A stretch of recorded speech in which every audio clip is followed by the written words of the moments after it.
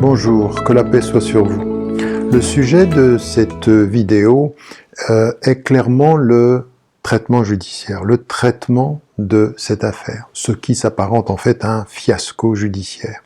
Alors, ce qui est important, c'est de s'arrêter un peu sur la façon dont les investigations ont été menées par les juges, toujours à charge, sans grande écoute même de ce que la brigade criminelle a apporté comme élément, que les juges ont pourtant mandaté, et on s'aperçoit que ce qu'on a appelé dès le départ les indices concordants sont en fait des indices concordants qui sont basés sur 4 cas qui sont autant de mensonges.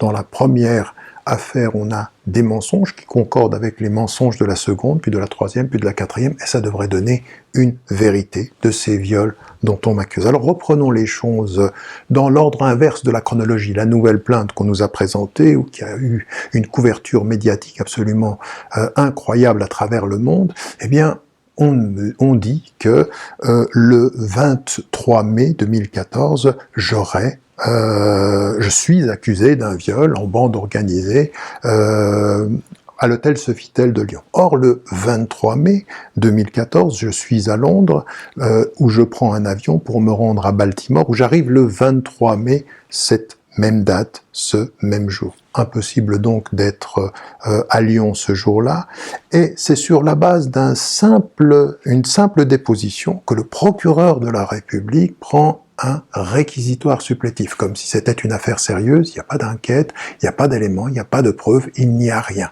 Ça, c'est le premier élément. Et donc, on a l'impression que dans le vide du dossier, le procureur de la République veut y voir la possibilité d'un viol qui n'existe pas.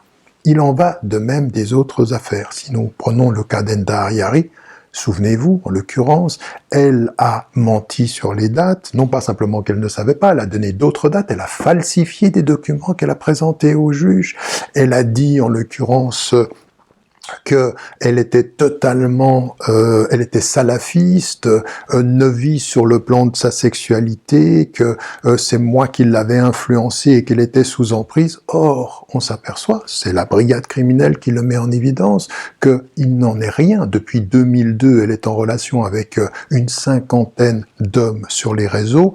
Elle se présente dans la réalité d'une auto-humiliation et d'une soumission qu'elle joue, et donc en l'occurrence c'est elle qui est emmenée dans ce type de relation, mais surtout ce qui est important, ce sont ces relations qu'elle a avec mes ennemis. Alain Soral, qu'elle cite, Caroline Fourest depuis 2009, et en l'occurrence, 2 ans après le soi-disant viol, elle m'envoie plus de 200 messages où elle est clairement dans le harcèlement sexuel en disant que si je ne répondais pas à ses avances, elle collaborerait avec mes ennemis. Et donc, en l'occurrence, voilà un premier dossier qui est vide et dont la brigade criminelle met en évidence les mensonges. Que font les juges? Eh bien, ils ne tiennent pas compte des conclusions de la brigade criminelle. Deuxième affaire, celle de Paul et Mahaline, Christelle, eh bien, en l'occurrence, ici, on s'aperçoit que les mensonges se multiplient. Il y a autant de mensonges dans la seconde affaire qu'il y en a dans la première, qu'il y a d'incohérences dans la dernière plainte. En l'occurrence, encore, vous avez Paul et Mahaline qui dit que elle dit à son médecin qu'elle était à la conférence alors que elle dit au juge qu'elle a été séquestrée dans cette chambre. 4 expertises internationales, des compagnies d'experts internationales mettent en évidence que c'est elle qui est dans la salle, et les juges n'en tiennent pas compte. Ils n'en tiennent pas compte, ils vont même demander à sa maman, à son papa, à son ami, à Caroline Fourest encore, toujours présente dans ce dossier, 660 appels ou messages téléphoniques. Caroline Fourest a 660 messages avec les 2 premières plaignantes. Elle est omniprésente sur une année, c'est comme si elle les appelait 2 fois par jour. En l'occurrence sur une année.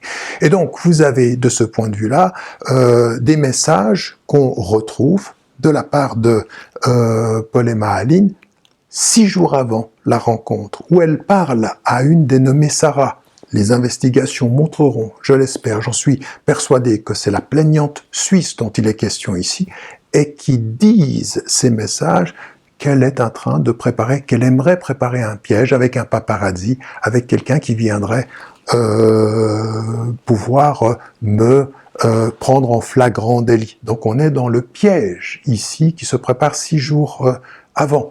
Ajoutez à cela des éléments que la brigade criminelle vont mettre en évidence sur ces mensonges répétés, sur ses relations même avec des hommes. Elle dit qu'elle était sous emprise religieuse. Aucun message religieux. Au moment où elle est en contact avec moi, où elle prépare un piège, elle est en contact avec un autre homme, encore sur Skype, où elle a des échanges de type scatologique et coprophage. Voilà des messages surprenants qui mettent à mal toute sa thèse. Et ce n'est pas moi qui le dis, c'est la brigade criminelle encore qui apporte ces éléments-là. Que font les juges?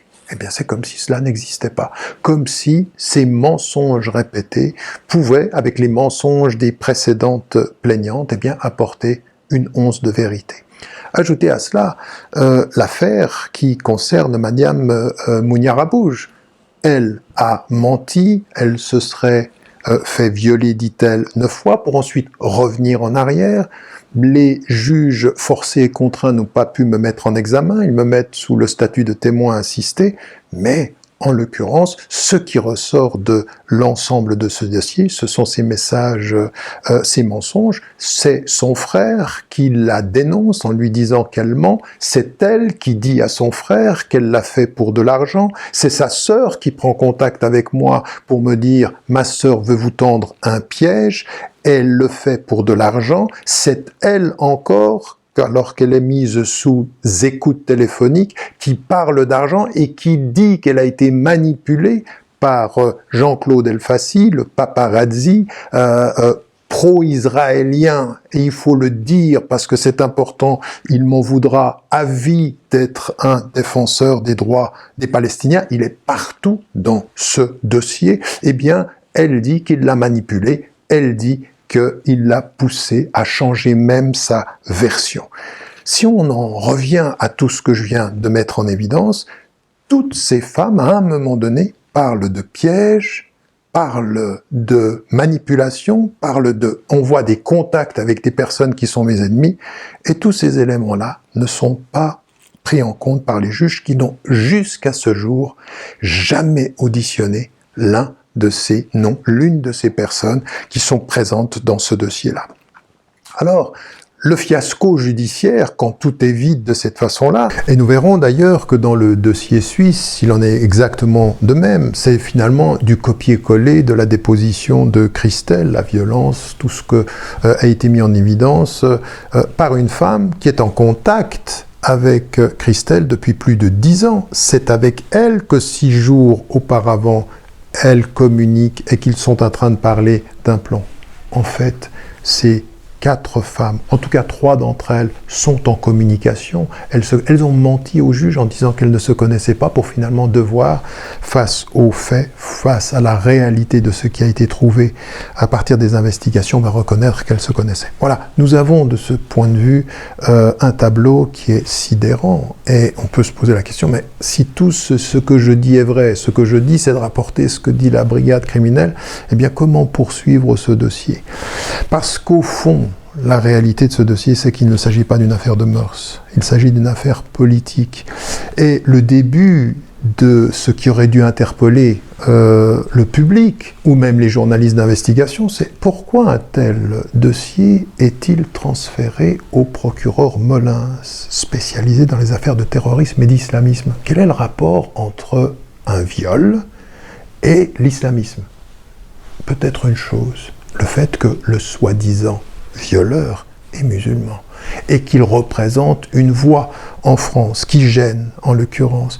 Et le procureur Molins, je ne suis pas le premier à le dire, sa propre nomination a posé problème. Il était chef de cabinet de Michel Alliot-Marie, alors ministre de la Justice, et il est passé du politique au judiciaire. et l'indépendance de la justice a été questionnée en disant mais comment cela est-il possible?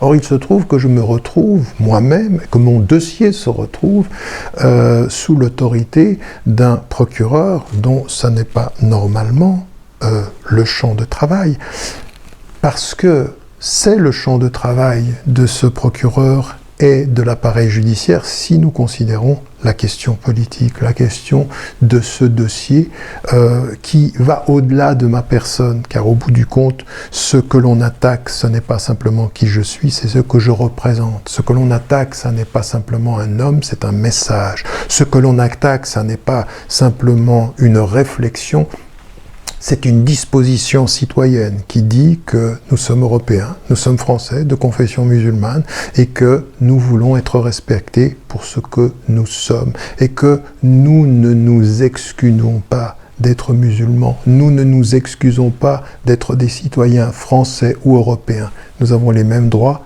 nous exigeons la même justice. Et c'est pour ça que je vais continuer à me battre. Et c'est pour ça que ce dossier n'est pas l'affaire Ramadan. Et c'est pour ça qu'il faut comprendre aujourd'hui que si je compare l'affaire Ramadan à l'affaire Dreyfus, ce n'est pas de comparer Ramadan à Dreyfus, c'est de comparer la France antisémite d'hier à la France islamophobe d'aujourd'hui, en disant que le problème, ce n'est pas Dreyfus, ce n'est pas Ramadan, mais c'est la normalisation d'un racisme structurel, d'un racisme d'État qui ne dit pas son nom.